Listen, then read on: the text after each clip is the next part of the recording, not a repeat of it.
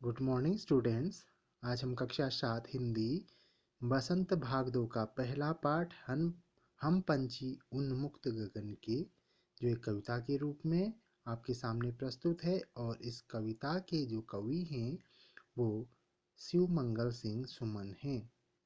प्रस्तुत पंक्तियों का सरलार्थ करने से पूर्व हम आपको यह बता दें कि इस कविता में पंछियों की व्यथा का वर्णन किया गया है। पंछी अपनी व्यथा यहाँ पर प्रकट कर रहे हैं। वह कहते हैं कि हमें खुले आकाश में उड़ना पसंद है, हमें गुलामी का जीवन जीना बिल्कुल भी पसंद नहीं है।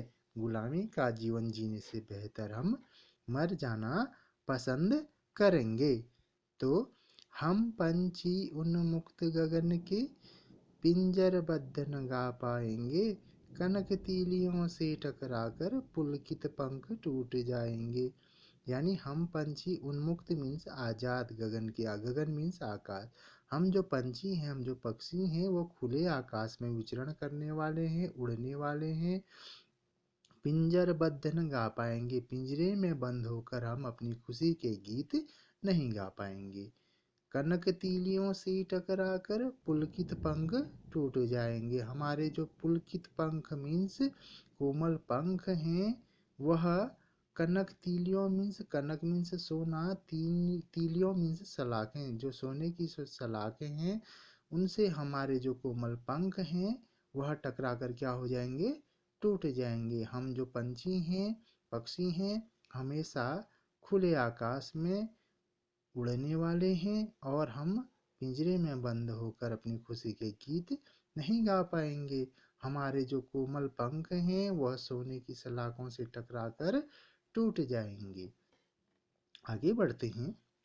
हम बहता जल पीने वाले मर जाएंगे भूखे प्यासे, कहीं भली है कटुक निबोरी कनक कटोरी की मैदा से। यानी दूसरी पंक्ति में पंछी जो अपना भाव व्यक्त कर रहे हैं कि हम बहता जल पीने वाले, हम जो पंछी हैं वो बहते जल को पीना पसंद करते हैं। मर जाएंगे भूखे प्यासे, पिंजड़े में बंद होकर हम क्या हो जाएंगे, भूखे प्यासे मर जाएंगे। कहीं भली है कटुक निबोरी, भली मीन्स अच्छी, कटुक मीन्स कड़वी, निबोरी नीम का फल। यानी कहीं भली है कटुक निबोरी कनक कटोरी की मैदा से। कनक कटोरी मीन्स है, कनक मीन्स सोना, कटोरी जो कटोरी मीन्स कटोरी या प्याला, और मैदा जो उसका खाना होता है। यहाँ पे चिड़िया यह बता रही है कि चाहे आप हमें सोने की पिंजरे में बंद करके सोने की कटोरी में हमारा कितना भी प्रिय खाना हमें दे दें, उससे कहीं बेहतर है कटुक निबोरी। कटुक निबोरी मीन्स कड़वी नीम का फल, जो कड़वा नीम का फल है, हम उससे इस सोने की कटोरी में आप चाहे हमें कितना भी बेहतर खाना दे दें, कितना ही अच्छा खाना दे दें, उससे बेहतर हम जो है कड़वा नीम का फल खाना पसंद करेंगे। उसके बाद हम आगे बढ़ते हैं। स्वर्ण श्रृंखला के बंधन में अपनी गति उड़ान सब भूले, बस सपनों में देख रहे हैं तरु की फुनगी पर के झूले। यानी स्वर्ण श्रृंखला के बंधन में, स्वर्ण श्रृंखला सोने की जंजीरों में बांधने से क्या होगा, अगर आप हमें पिंजरे में बंद कर देंगे और सोने की जंजीर से हमें बांध देंगे तो हम क्या करेंगे, हम अपनी गति, अपनी चाल, उड़ान सब भूल जाएंगे। हम अपनी चाल, अपनी गति और अपने उड़ने का जो स्वभाव है उसको हम पिंजरे में बंद होकर क्या हो जाएंगे, भूल जाएंगे। बस सपनों में देख रहे हैं तरु की फुनगी पर के झूले। अब हम केवल सपने में ही यह महसूस कर सकते हैं। तरु मीन्स पेड़, फुनगी मीन्स शाखा। अब हम पेड़ों की शाखा पर झूला कैसे झूलें या उन ऊंची ऊंची शाखाओं पर कैसे जाएं, यह हमारे लिए केवल अब एक सपना रह गया है। यानी चाहे आप हमें, चिड़िया जो पक्षी हैं जो यहाँ पे यह बता रही हैं कि अगर आप हमें पिंजरे में बंद करके हमें सोने की जंजीरों से बांधेंगे तो हम अपनी गति, अपनी चाल और अपनी उड़ान अपनी उड़ान सब भूल जाएंगे, जो उनका स्वभाव है उसको हम क्या कर देंगे, भूल जाएंगे। और हमारे लिए केवल यह एक सपना रह जाएगा कि हम तरुकी फुनगी पर के झूले, हम जो पेड़ की शाखाओं पर हम झूला झूलते हैं, ऊंची ऊंची शाखाओं पे जो हम जाते हैं, यह हम यह हमारे लिए केवल एक सपना मात्र रह जाएगा। आगे बढ़ते हैं। ऐसे थे अरमान की उड़ते, नीले नभ की सीमा पाने, लाल किरण सी चोंच खोल, चुगते तारक अनार के दाने। यानी हमारे ऐसे अरमान थे कि हम नीले नभ मीन्स यहाँ पे आसमान है, यानी नभ का मतलब है आसमान। हमारे जो अरमान थे वो ये थे कि हम नीले आकाश की सीमा को छू जाना चाहते थे, जिसकी कोई सीमा अनंत तक हम उसको छूना चाहते थे।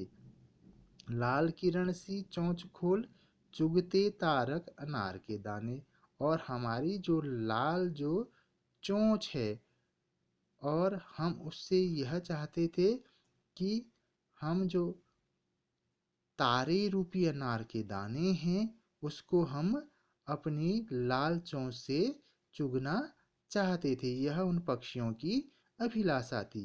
यानी ऐसे थी अरमान की उड़ते, नीले नभ की सीमा पाने। हमारे ऐसे अरमान थे कि हम उस नीले आसमान की सीमा को छू जाना चाहते थे, और अपनी लाल चोंच से, और अपनी जो हमारी लाल चोंच से हम उसको तारे रूपी अनार के दानों को चुगना चाहते थे। यह हमारी अभिलाषा थी, यह हमारे अरमान थे।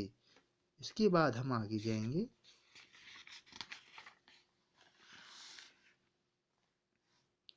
होती सीमाहीन क्षितिज से इन पंखों की होड़ा होड़ी, या तो क्षितिज मिलन बन जाता, या तंती सांसों की डोरी।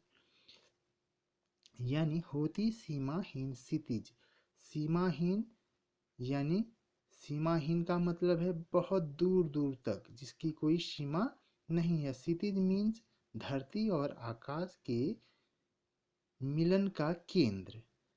और हमारे इन पंखों में इतनी होड़ लगी हुई है, हम उस सीमा को छूना चाहते हैं, उस क्षितिज को छूना चाहते हैं जिसकी कोई सीमा नहीं है। यह हमारे पंखों में इसकी होड़ लगी हुई है।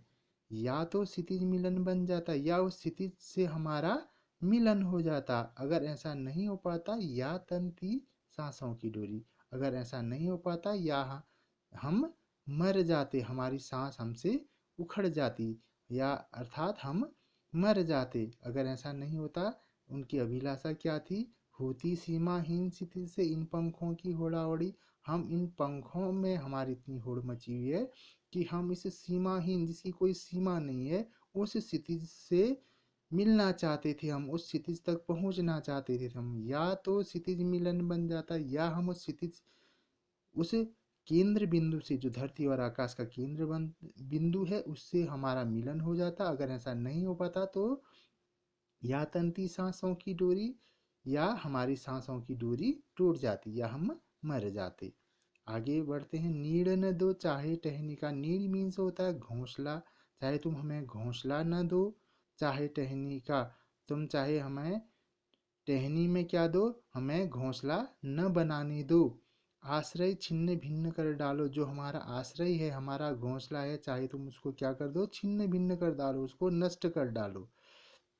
लेकिन पंख दिए हैं तो आकुल उड़ान में विघ्न न डालो। अगर हमें ईश्वर ने जो पंख दिए हैं, आकुल मीन्स होता है परेशान, उस परेशानी भरे उड़ान में आप क्या मत करो, विघ्न मतलब बाधा मत डालो। एक बार फिर से इसको समझ लेते हैं। नीड़ न दो चाहे टहनी का, आश्रय छिन्न भिन्न कर डालो, लेकिन पंख दिए हैं तो आकुल उड़ान में विघ्न न डालो। यानी नीड मीन्स घोंसला न दो, चाहे तुम हमें घोंसला, अपनी टहनी में हमें घोंसला न बनाने दो, चाहे तुम क्या करो, आश्रय छिन्न भिन्न कर डालो। हमारा जो घर है, जो आश्रय है, जो घोंसला है, उसको छिन्न भिन्न, उसको तुम नष्ट कर डालो।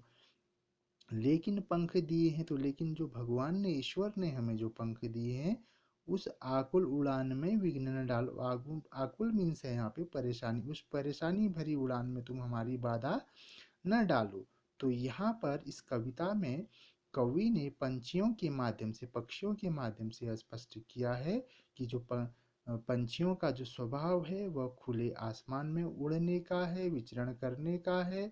उन्हें गुलामी भरा जीवन बिल्कुल भी पसंद नहीं है, और चाहे आप उन्हें पिंजरे में कितनी ही सुख सुविधाएं दे दें, उन्हें सोने के पिंजरे में बंद कर दें, उन्हें सोने की जंजीर में बांध दें, और चाहे आप उन्हें कितना ही उनका मनपसंद खाना दे दें, लेकिन उस पिंजरे रूपी कैद से रहने से बेहतर वह जो है मरना पसंद करेंगे, क्योंकि उनका जो स्वभाव है वह सिर्फ खुले आकाश में उड़ना है। तो यह कविता यहाँ पर समाप्त होती है।